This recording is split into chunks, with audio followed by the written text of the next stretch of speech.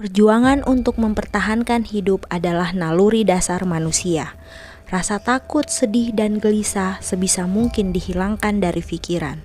Saling mendukung dan menolong pun bisa membuat hidup semakin bermakna, dan segala halangan dan rintangan bisa dilewati dengan mudah. Berkorban demi orang terkasih pun tak luput dari film ini. Selamat nonton film. Inilah Wrong Turn.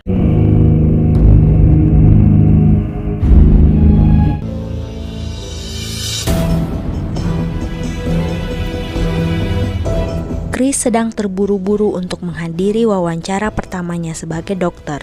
Namun jalan menuju tempat wawancara macet. Dia memutuskan untuk turun dari mobilnya, berniat untuk bertanya pada seseorang tentang apa yang terjadi. Dia pun bertanya pada supir truk. Nampaknya dari keterangan supir itu, ada truk lain yang mengalami kebocoran bahan kimia. Itulah yang menyebabkan kemacetan yang diperkirakan akan berlangsung berjam-jam. Chris lalu memutar balik mobilnya dan berniat mencari jalan alternatif. Dia melihat rambu jalan, lalu mengikutinya. Dia terlihat mampir di sebuah pom bensin tua. Dia bertanya pada kakek tua penjaga pom, apakah ada telepon yang bisa dia gunakan. Namun telepon di sana sudah tidak berfungsi. Dia lalu melihat peta jalan pintas yang tertempel di dinding, lalu pergi. Pak tua sempat berkata, "Kaulah yang harus menjaga diri, nak."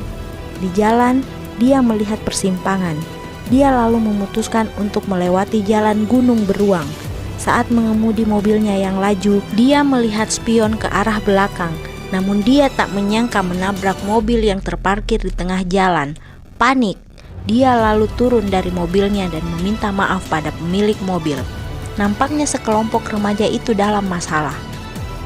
Mobil mereka menginjak kawat duri yang sengaja dipasang seseorang di tengah jalan menurut Jessica. Jessica lalu memutuskan untuk berjalan kaki mencari bantuan. Dia juga mengajak Chris untuk jalan bersama. Mereka berempat pergi, sementara dua temannya menunggu di mobil. Di sana mereka berdua sempat ngobrol dan melakukannya.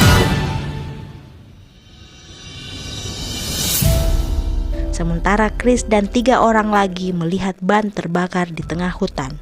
Di mobil, si cowok dan si cewek sedang mencari makanan. Setelah itu si cowok terlihat masuk ke hutan. Si cewek yang menyadari temannya tidak ada memutuskan untuk mencari. Namun betapa takutnya si cewek melihat sebuah telinga milik temannya itu tergeletak di tanah.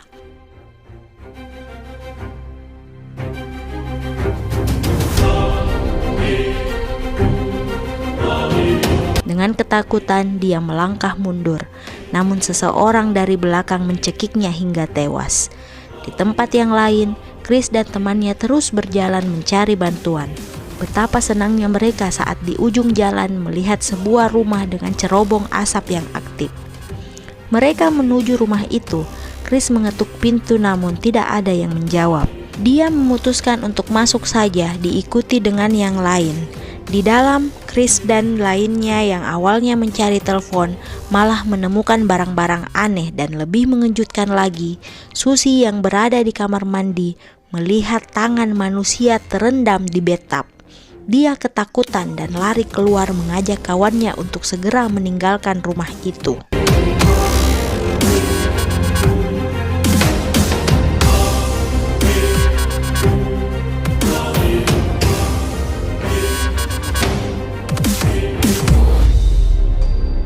Saat akan keluar rumah, mereka melihat sekelompok manusia buruk rupa pemilik rumah. Mereka panik dan memutuskan untuk bersembunyi.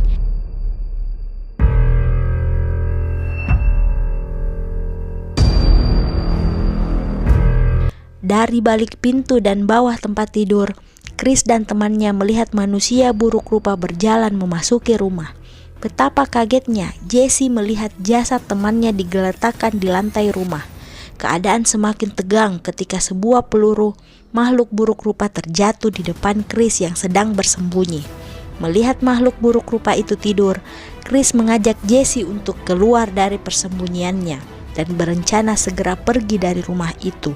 Susie sedih melihat temannya dimutilasi oleh kawanan buruk rupa. Mereka segera keluar dari rumah itu.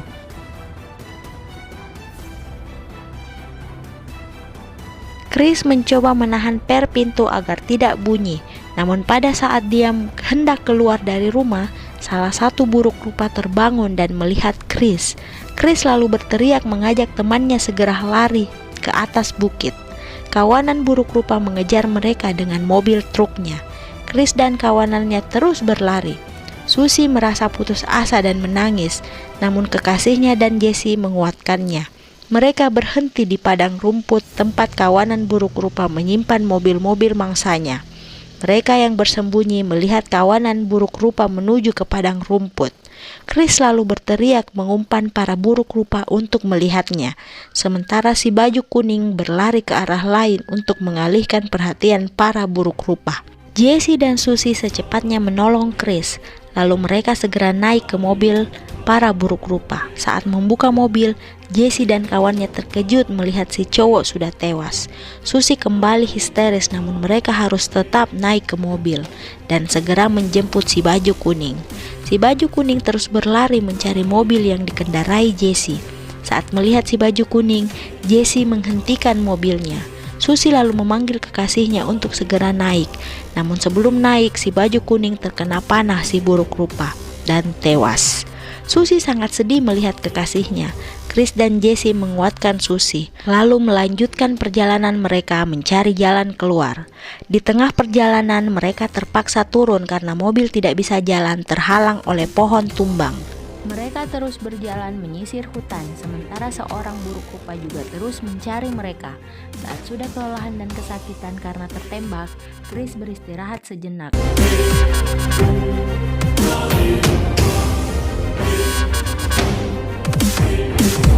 Saat mereka beristirahat, Susie melihat ada sebuah menara. Mereka menuju menara itu dan memanjat, berharap di atas ada telepon atau radio yang dapat mereka gunakan untuk mencari bantuan.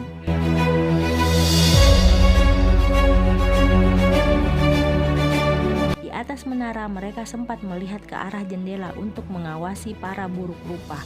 Setelah itu, Susie terlihat mendapatkan lampu darurat. Susie juga melihat ada radio tua di rak buku. Dia lalu memanggil Jesse dan Chris.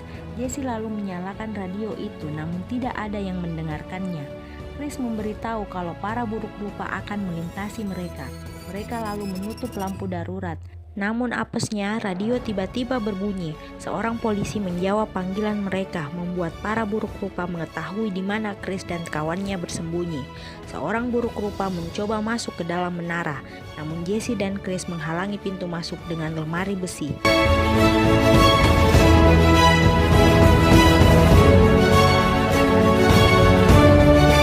Karena gagal masuk ke dalam menara, para buruk rupa membakar menara tersebut. Panik dan tidak tahu harus bagaimana, Susie memecahkan jendela menara dan berkata tak mau tewas terbakar. Chris berkata ide Susie untuk keluar dari menara itu sangat bagus. Dia pun langsung melompat ke ranting pohon, diikuti Susie lalu Jesse. Namun seorang buruk rupa yang melihat mereka melompat langsung memanjat pohon untuk mencari mereka.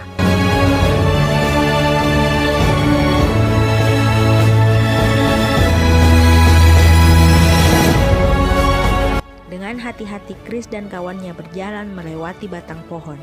Saat hendak berjalan menuju Jesse dan Chris, Susie tewas di tangan si buruk rupa yang dari tadi berdiri di belakangnya. Kini hanya Chris dan Jesse yang masih selamat. Mereka berdua berjalan di atas batang pohon. Chris membuat jebakan untuk menjatuhkan si buruk rupa. Jesse pun memancing buruk rupa untuk mengarah ke jebakan Chris.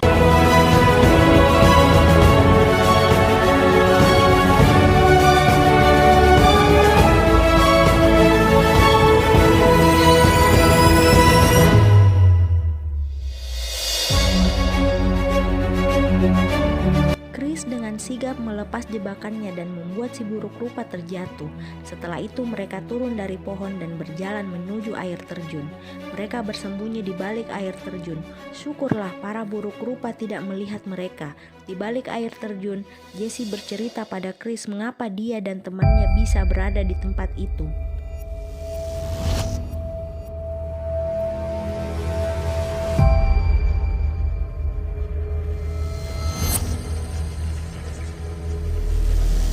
Hari sudah pagi. Jesse yang tertidur bangun dengan kaget karena dia bermimpi seorang buruk rupa ada di hadapannya. Chris lalu menenangkan Jesse. Setelah itu mereka memutuskan untuk mencari jalan keluar dari hutan itu. Dari atas bukit, mereka melihat jalan aspal. Mereka mencari cara agar bisa turun ke jalan tersebut. Namun sesaat sebelum mereka turun, Jesse disekap oleh buruk rupa dari belakang. Chris yang hendak menolong dipukul hingga ia terpeleset ke arah jalan aspal. Chris tidak dapat menolong Jesse yang dibawa oleh buruk rupa. Chris melihat ada mobil polisi. Dia lalu meluncur ke bawah untuk meminta bantuan. Chris mencegat polisi tersebut. Pak polisi lalu turun dan memarahi Chris yang membahayakan nyawanya. Belum lagi Chris selesai bercerita, Pak polisi sudah tewas terkena anak panah dari buruk rupa. Chris segera masuk ke mobil dan mencoba kabur dengan mobil polisi tersebut. Namun si buruk rupa juga melepas anak panah ke arah Chris. Chris lalu segera turun dan bersembunyi di bawah mobil. Chris melihat si buruk rupa mengambil kunci mobil di dekat jasad Pak polisi. Si buruk rupa juga mengecek di bawah mobil mencari Chris. Namun syukurlah, Chris berhasil bersembunyi ke semak-semak.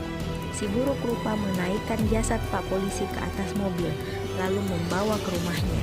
Chris terlihat masuk ke bawah mobil dan ikut ke rumah si buruk rupa.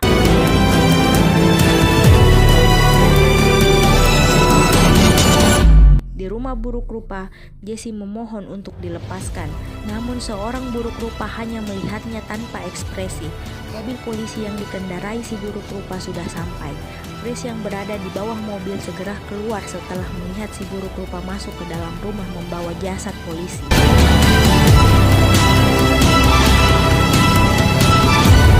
Di dalam rumah, Jesse terus meronta untuk dilepaskan.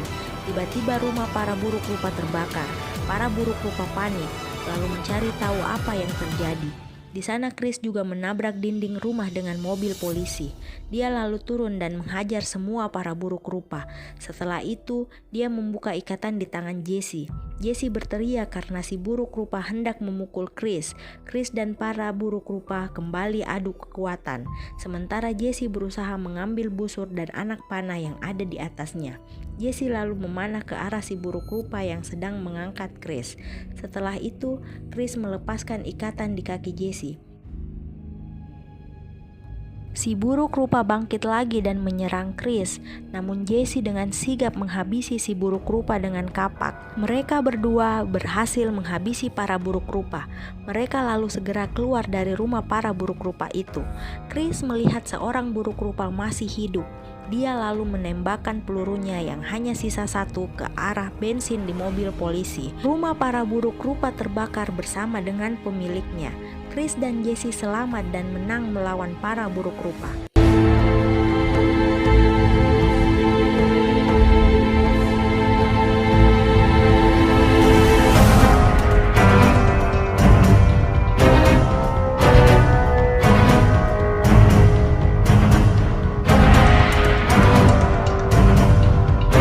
Terima kasih sudah menonton. Jangan lupa like, subscribe, dan share video seru ini. Tuliskan juga komentar kalian tentang film ini.